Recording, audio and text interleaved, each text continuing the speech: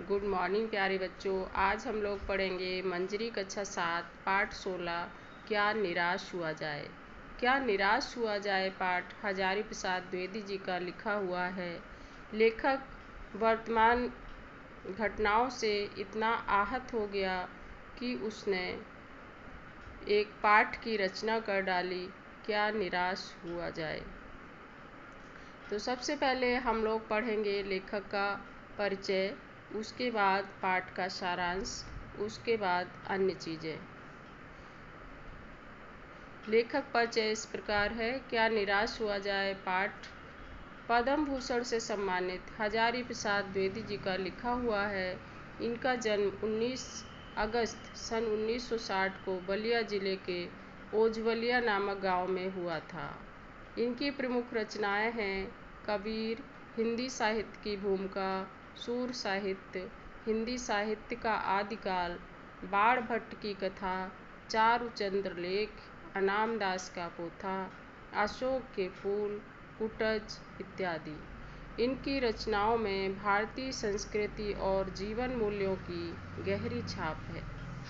19 मई सन 1979 में इनका देहांत हो गया।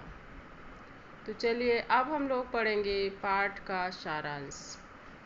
लेखक का मन वर्तमान की घटनाओं से आतंकित है। उसने लिखा है कि मेरा मन कभी कभी बैठ सा जाता है, अर्थात बहुत दुखी हो जाता है, जब समाचार पत्रों में ठगी, डकैती, चोरी, तस्करी और भ्रष्टाचार के समाचार भरे रहते हैं।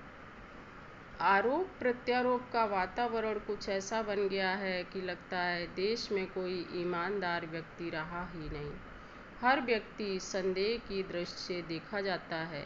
जो जितने ऊंचे पद पर है उतने ही अधिक उसमें दोष दिखाई देते हैं। क्या यही भारतवर्ष है? लेखक कहता है, क्या यही भारतवर्ष है जिसका सपना तिलक और गांधी जी ने देखा था?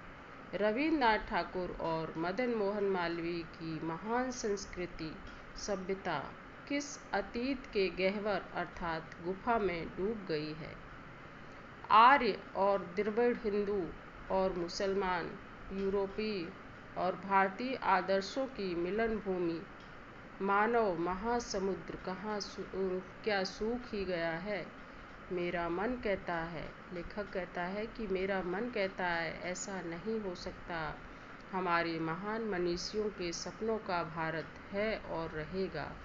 यह सही है कि इन दिनों माहौल कुछ ऐसा बना है कि ईमानदारी से जीविका चलाने वाले पिस रहे हैं। ईमानदारी को मूर्खता का पर्याय समझा जाता है।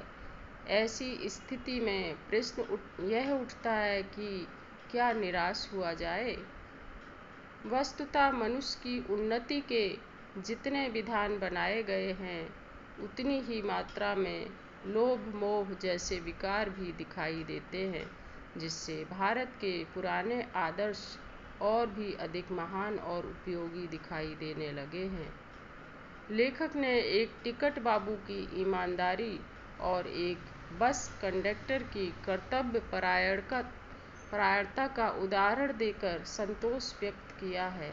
उसने लिखा है कि जीवन में ऐसी भी घटनाएं घटित हुई हैं जब लोगों ने बिना कारण ही दूसरों की सहायता की है, निराश मन को ढाढ़स बंधाया है और हौसला भी दिलाया है।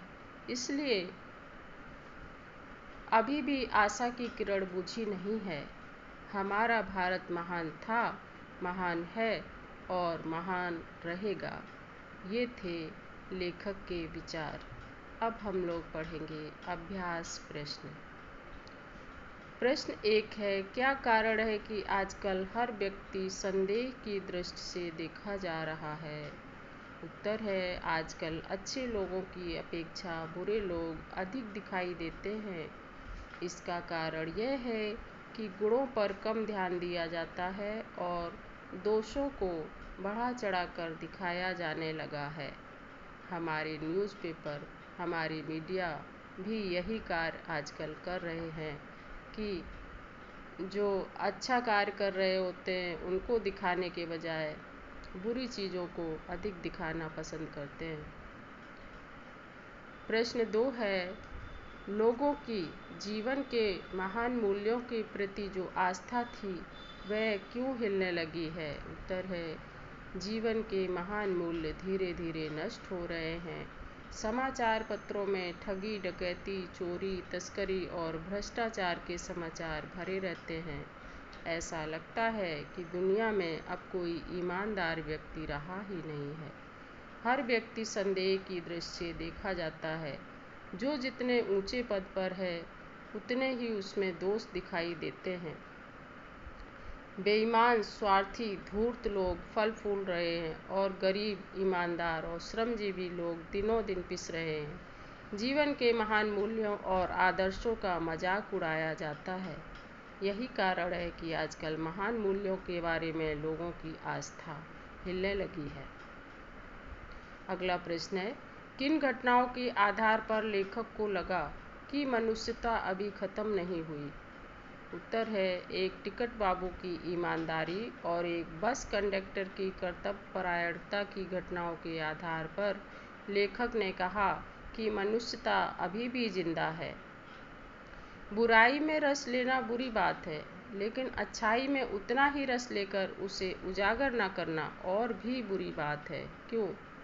लेखक कहता है कि लोग एक दूसरे की बुराई को बड़ा रस लेकर उद्घाटित करते हैं, जो बहुत ही बुरी बात है, किंतु दूसरों की अच्छाई को उतना ही रस लेकर प्रकट करने में संकोच करना तो और भी बुरी बात है। हमारे आसपास असंख्य घटनाएं घटित होती हैं जिन्हें यदि प्रकट किया जाए तो लोगों के दिलों में अच्छाई के प्रति अच्छी भावना जाग सकती है। अगला प्रश्न है, निम्नलिखित पंक्तियों का भाव स्पष्ट कीजिए। ईमानदारी को मूर्खता का पर्याय समझा जाने लगा है। केवल भीरू और बेबस लोगों के हिस्से में सच्चाई और ईमानदारी पड़ी है। भाव इस प्रकार है, वर्तमान समय में धन का इतना महत्व बढ़ गया है कि बेईमानी से कमाए गए धन से धनवान लोग ही सम्मान की नज़रों से देखे जाते हैं। समाज में उनकी खूब प्रतिष्ठा होती है। जो ईमानदार बने रहना चाहते हैं, समाज में उन्हें मूर्ख समझा जाता है क्योंकि उनके पास धन का अभाव होता है। और यह बात बिल्कुल सही है कि गरीब लोगों को जो मतलब गलत तरीके से भी धन कमाते हैं उनको अधिक सम्मान की नज़रों से देखा जाता है, और गरीब जो ईमानदारी से रहता है उसको उतना महत्व नहीं दिया जाता है। केवल उन्हीं बातों का हिसाब रखो जिनमें धोखा खाया है तो जीवन कष्टकर हो जाएगा।